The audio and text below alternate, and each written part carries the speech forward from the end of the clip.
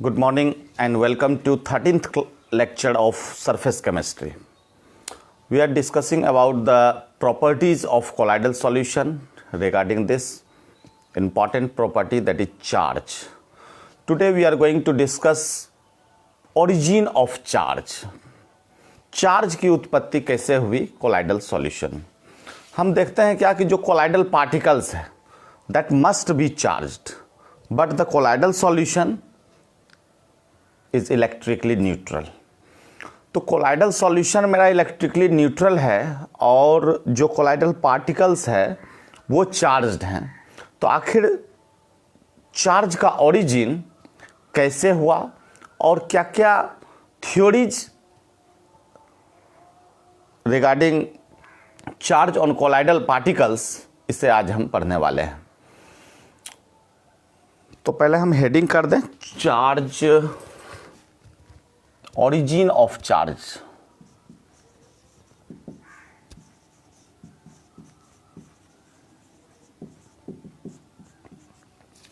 और हम बात करने वाले हैं कि जो चार्ज है सॉल पार्टिकल पर, कोलाइडल पार्टिकल पर, द इंपॉर्टेंट और मोस्ट एक्सेप्टेड जो थ्योरी है वो हम कह सकते हैं कि प्रिफरेंशियल एडजॉर्प्शन। तो प्रिफरेंशियल एडजॉर्प्शन क्या है? इस थ्योरी के आधार पर हम देखते हैं कि जो कोलाइडल पार्टिकल पर चार्ज है वह मुख्य रूप से adsorption of ion present in DM, मतलब जो डिस्पर्सन मीडियम है कोलाइडल सॉल्यूशन में, उसमें जो आयन मौजूद है उसका प्रिफरेंशियल एडजॉर्प्शन। तो हम कह सकते हैं कि preferential adsorption it is the most accepted view, and according to this view the charge on colloidal particle is due to preferential adsorption of ion present in the DM. तो पहले हम statement लिख दें कि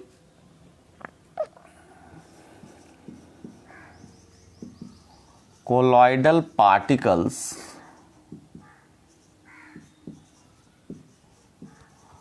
must be charged, but colloidal solution is electrically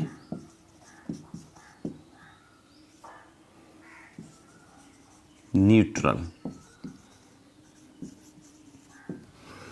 अब हम देखने वाले हैं most accepted view regarding this, that is preferential adsorption.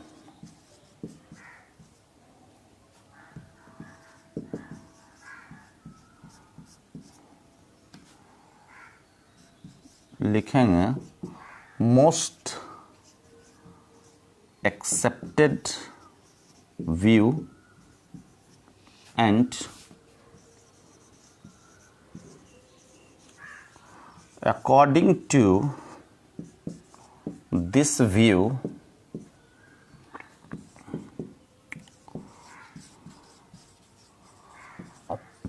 charge on colloidal particles is due to preferential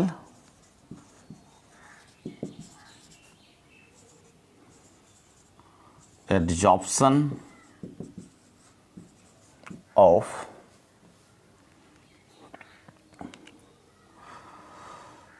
preferential adsorption, ऐसे लिखें, is due to preferential adsorption on DM, मतलब dispersion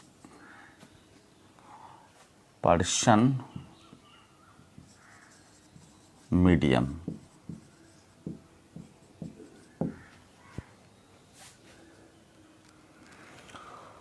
तो जो प्रिफरेंशियल एडजॉर्प्शन का थ्योरी है वह कहता है कि जो चार्ज होता है कोलाइडल पार्टिकल्स पर, वह चार्ज जो आयंस है उसके प्रेफरेंशियल एडजॉर्प्शन के कारण जो कि डीएम में प्रेजेंट है।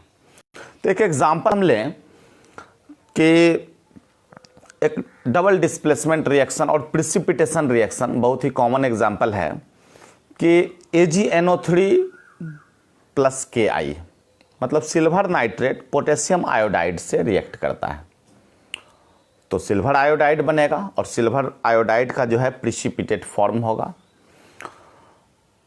और पोटेशियम नाइट्रेट। तो सिल्वर आयोडाइड जो बना, तो हम देखेंगे कि आखिर जो रिएक्शन हो रहा है वह किस प्रकार हो रहा है। अगर सिल्वर आयोडाइड फॉर्म करेगा जबकि हम AgNO3 में, मतलब पोटेशियम आयोडाइड के सॉल्यूशन में AgNO3 मिलाएंगे, और अगर ऐसा करते हैं तो जो सिल्वर आयोडाइड मेरा बना, तो हम देखते हैं क्या कि ये निगेटिव सॉल तैयार करेगा, क्योंकि जो आयोडीन है एज ए फिक्स्ड लेयर और यू कैन से फर्स्ट लेयर यहाँ फॉर्म कर जाता है उस प्रेसिपिटेट के चारों ओर, और चूंकि निगेटिवली चार्ज पार्टिकल है तो ये क्या करेगा कि पॉजिटिव उस डीएम से पॉजिटिव चार्ज्ड आयन को अपनी ओर अट्रैक्ट कर लेगा।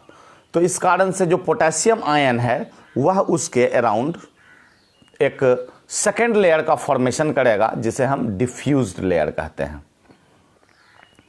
तो हम देखेंगे किस तरह से डबल लेयर फॉर्म हुआ।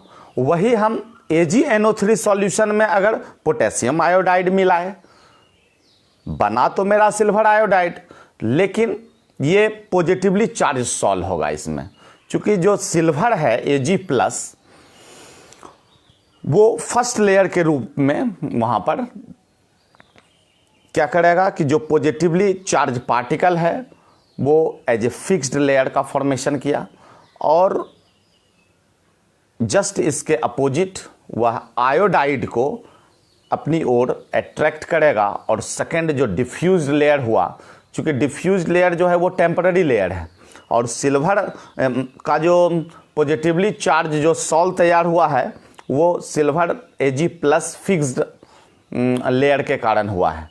तो हम देखते हैं कि when silver iodide is formed by adding potassium iodide to the silver nitrate solution, positive charged sol result due to adsorption of silver ion from the DM.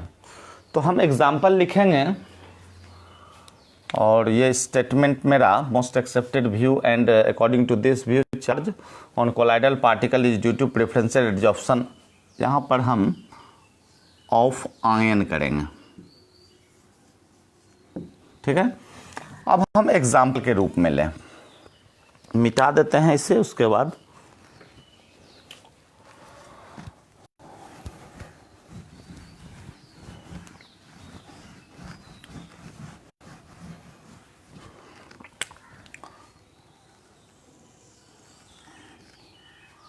यहाँ पर मेरा AgNO3 है और हमने पोटेशियम आयोडाइड लाया।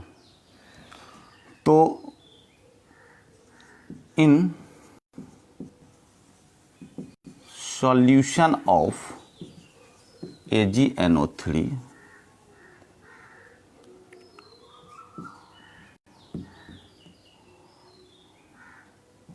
potassium iodide is reacted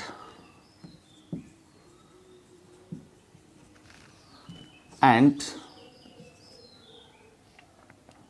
precipitate of PPT of silver iodide is formed। तो यहां पर चूंकि हमने सिल्वर नाइट्रेट में पोटेशियम आयोडाइड मिलाया है, और पोटेशियम आयोडाइड मिलाने के कारण क्या हो जा रहा है कि form result in positive charged sol due to preferential adsorption of silver plus as first और fixed layer.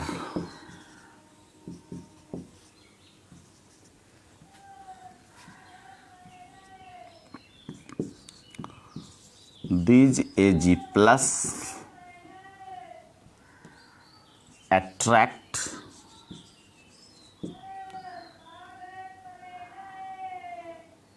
I minus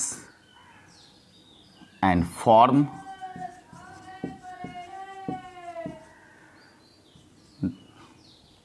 diffused layer।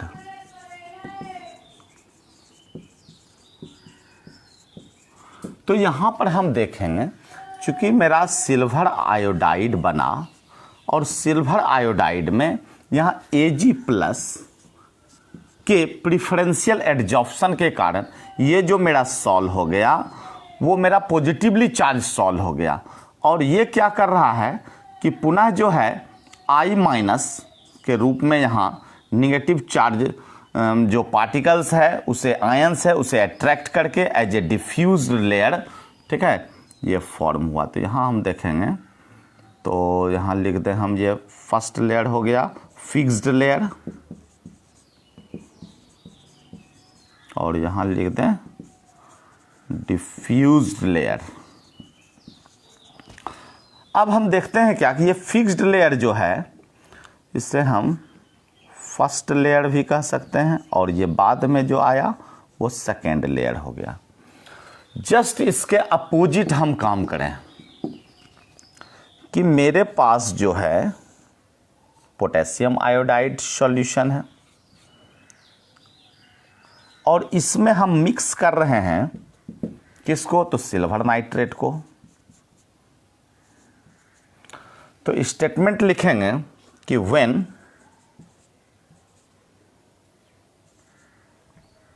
AgNO3 is mixed in potassium iodide solution, negative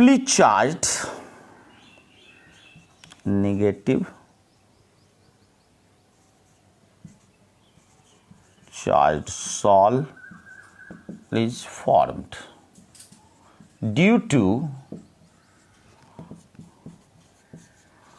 preferential adsorption of।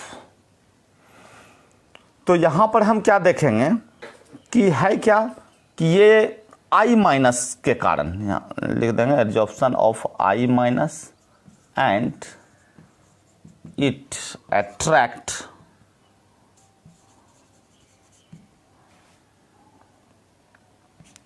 K plus as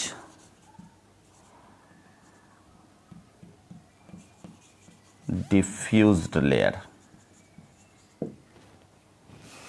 तो हम देखेंगे कि यहां भी मेरा बना क्या, तो सिल्वर आयोडाइड, लेकिन यहां पर चूंकि I माइनस के कारण I माइनस का प्रेफरेंशियल एडजॉर्प्शन हो गया और ये एज ए फिक्स्ड लेयर मेरा बन गया, तो दूसरा जो अपोजिट चार्ज आयन है सॉल्यूशन से ये K प्लस को अपनी ओर अट्रैक्ट किया और ये मेरा डिफ्यूज्ड लेयर हो गया। तो आई होप कि क्लियर है। ये स्टेटमेंट हम फिर से बता रहे हैं कि इन सॉल्यूशन ऑफ AgNO3 का सॉल्यूशन है पोटेशियम आयोडाइड के रिएक्शन के फलस्वरूप प्रिसिपिटेट ऑफ सिल्वर आयोडाइड मेरा बना।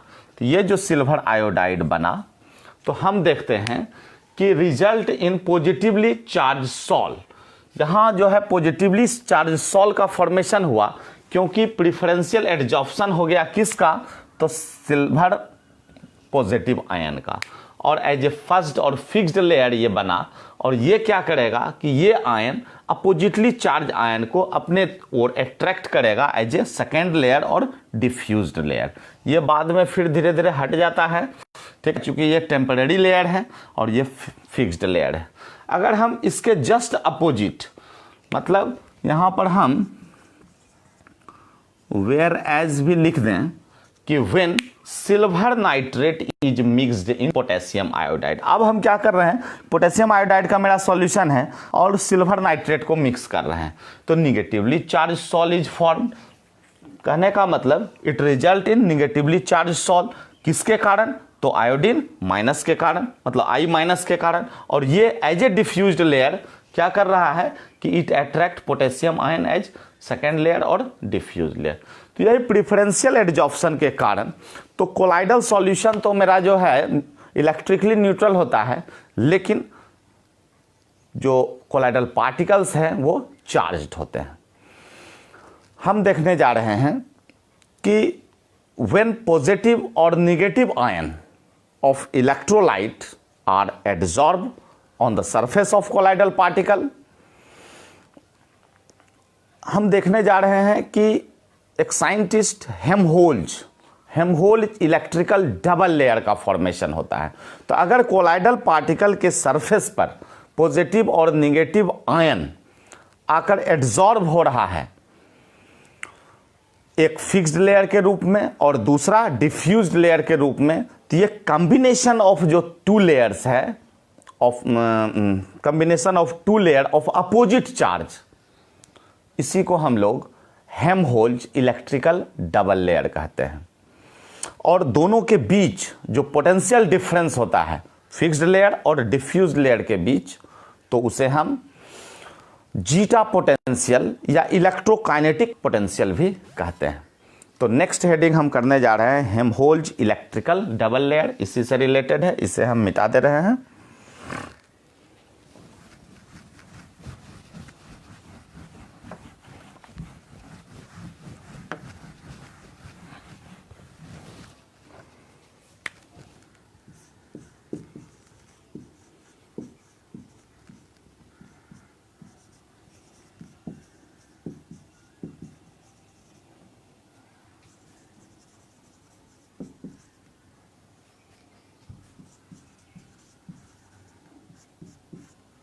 लिखेंगे due to adsorption of positive और negative charged ion over colloidal particles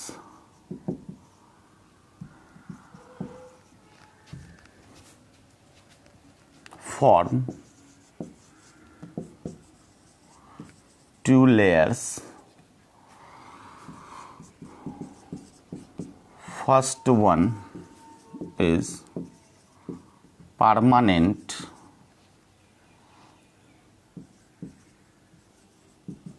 or fixed layer,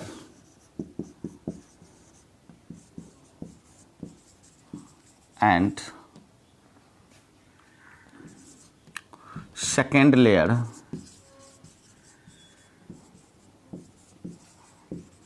is diffused layer. The combination of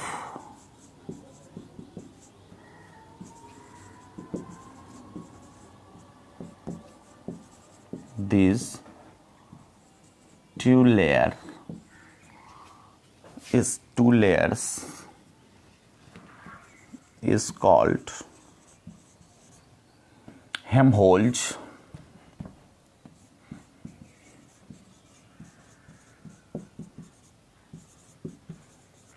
electrical double layer.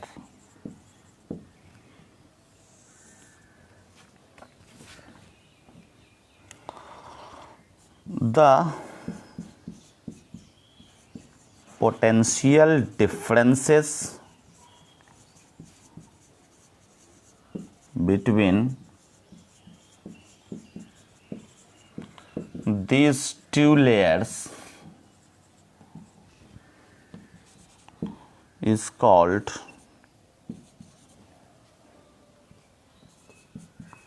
Electrokinetic potential और zeta potential.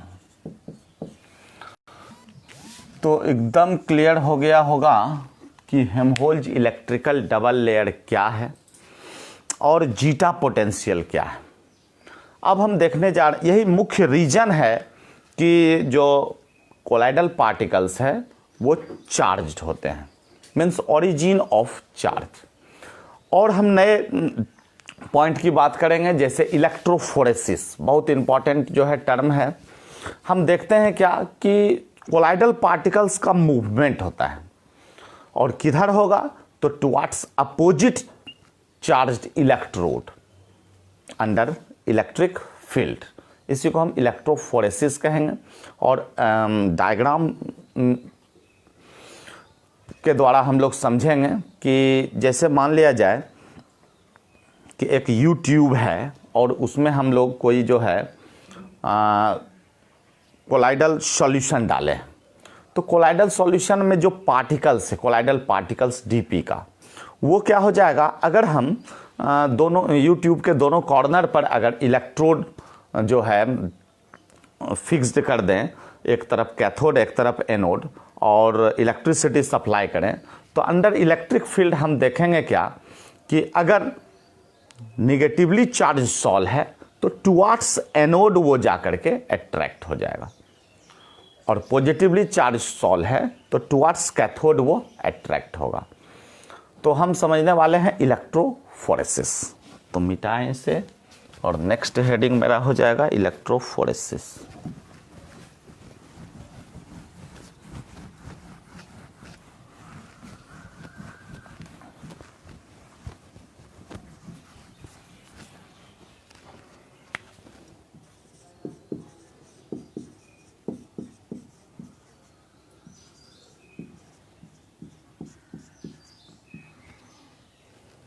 तो इसको define कर सकते हैं, the movement of colloidal particles towards opposite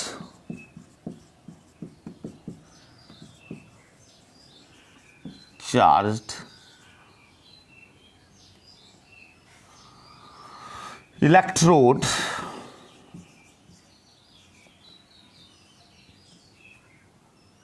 under electric field।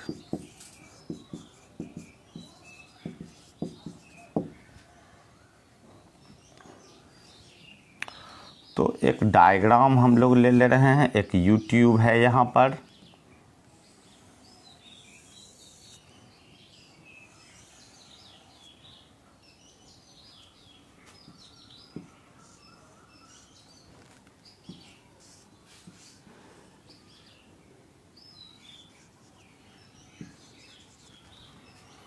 तो हमने इधर cathode लिया,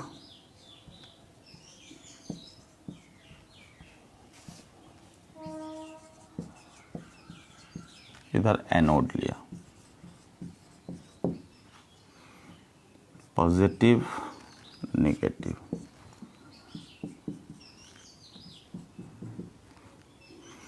और हम देख रहे हैं यहाँ सिंगल डायग्राम से ही हम यहाँ शो कर दे रहे हैं कि अंडर इलेक्ट्रिक फील्ड हम देखेंगे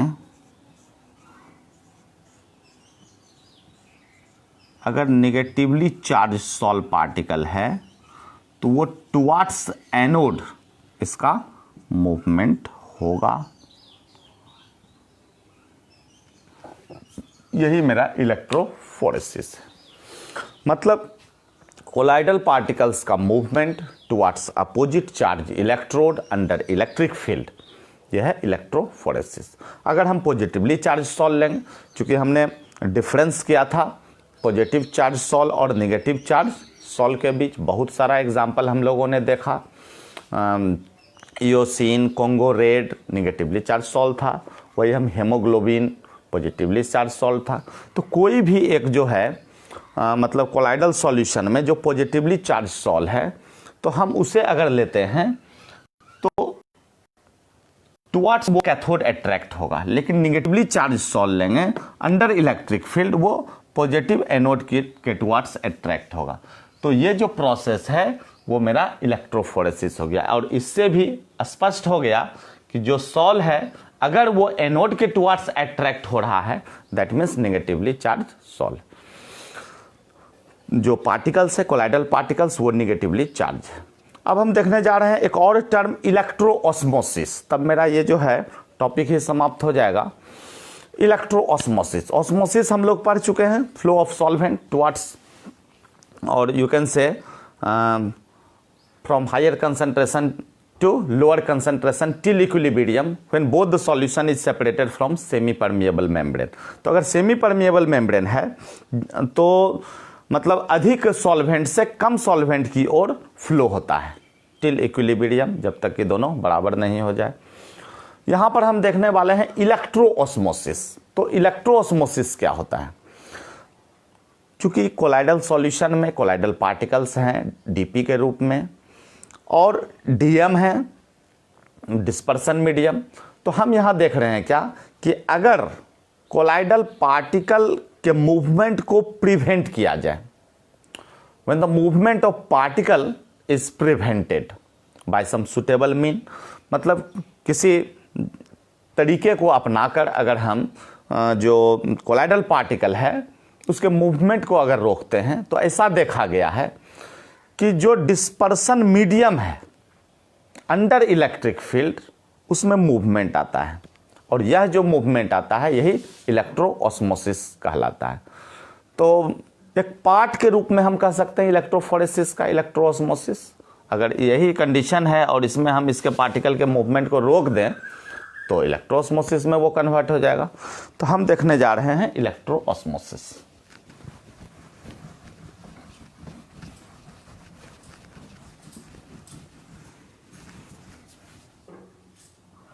इसको तो रहने देना था।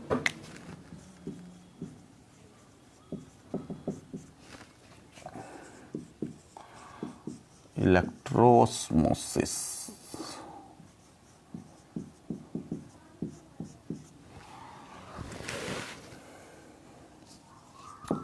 in colloidal solution, when the movement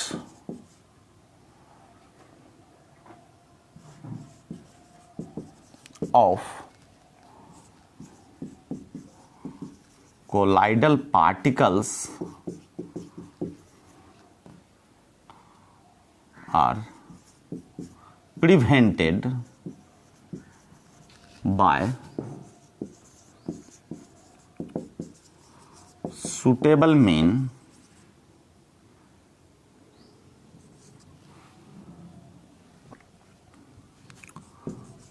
the dispersion medium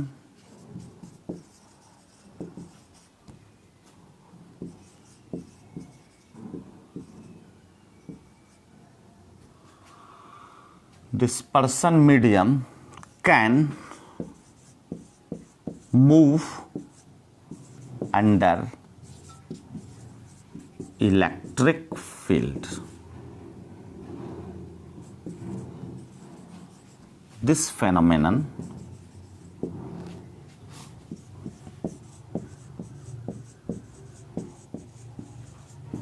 is called इलेक्ट्रोऑस्मोसिस।